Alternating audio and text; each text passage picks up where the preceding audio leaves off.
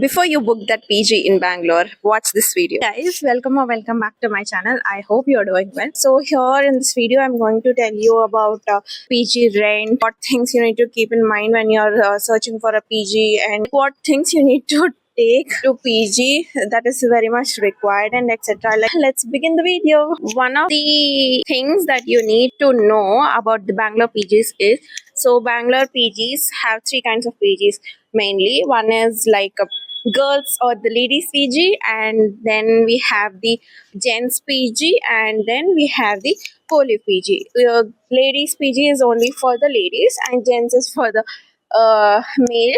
Co-live is basically like two genders, they can stay together, married or unmarried. Even like normally, if the same genders want to stay in that co-live, there won't be any restrictions. So one of the important thing that you need to keep in mind while searching for a PG is the distance. So distance matters a lot because there will be a lot of like traffic, and when you're getting late, Bangalore traffic will get on your nerves.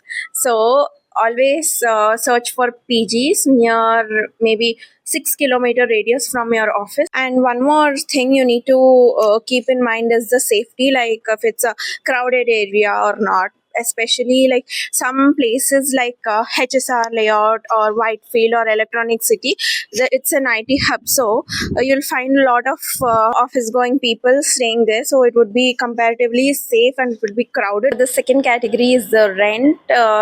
Basically, when you're shifting to Bangalore, one of the major costs is the rent, and right now in 2026 the PG rents are a bit high. For two sharing, it's somewhere between 9K to 12K, and for one sharing, it is between 15K to 20K, and for three sharing, it's 6K to 9K, somewhere in between that. It depends on the area to area. And one more tip I'm going to give you: go physically to the locations and check the PGs nearby. Sometimes, if the PGs are new, then it might not be listed in like Google, so you might miss out on good offers. The current PG that I'm staying in was actually, I found it by searching it, coming here in person and searching for the PGs. Third main thing you need to see is the food. So basically, for almost all the PGs, the foods will be similar kind of thing and mostly rice based.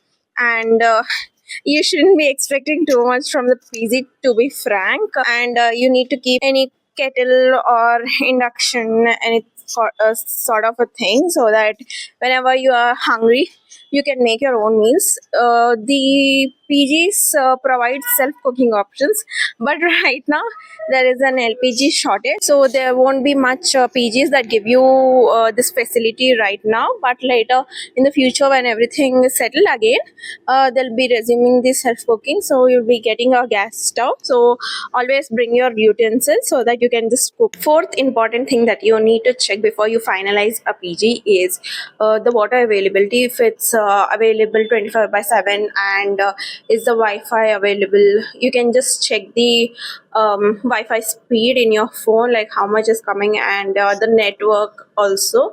Then we have, is there a power backup? Because when you're working, if you have any work from home, then it would be a problem for you if you don't have a power backup, and you won't be getting any Wi-Fi. So that also you need to ensure if it's the present or not. So always check how much storage they are giving, so that the luggage and all you bring according to that. Especially this is for the females who are watching this video. Always look for the CC cameras are present or not, security is there, like foolproof. For some pages they have like grills and fingerprints and face scan when you have to enter the PG, or even a security guard is there, or because if anything goes wrong, these will be helpful for you in the future.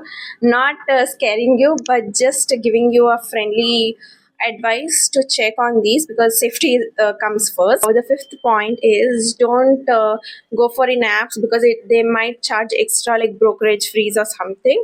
Instead, you can Google and you can read some reviews about the PGs, negatives, positives, and you can manually go and check how the PG is before confirming. so that you don't regret later. Thing you need to know before joining a PG is here. When you join the PG, they ask you for an advance.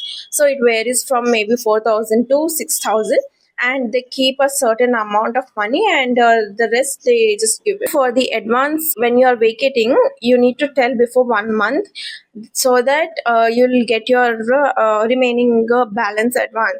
So while you go, so always remember to take your advance as well when you vacate. The sixth point, I guess, here you might feel loneliness. There would be a language barrier. Always be careful with your personal things. Always lock your belongings in your personal cupboard, and never share your personals with anyone, because you never know how a person can be.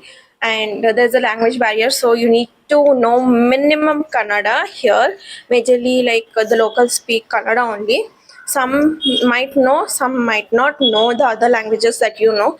So it's better to know like some small things that is very useful for your daily life. Those words you can just learn from anywhere or Google. Or the eighth point is the hidden cost that comes no one expects, is eating out.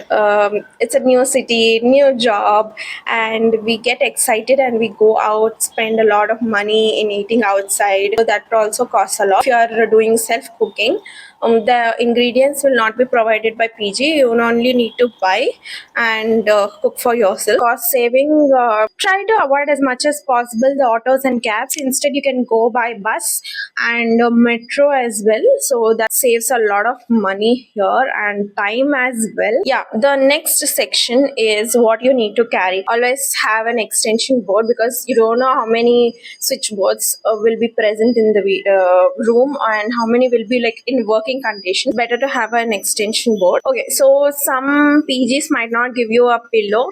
That also you need to arrange for yourself.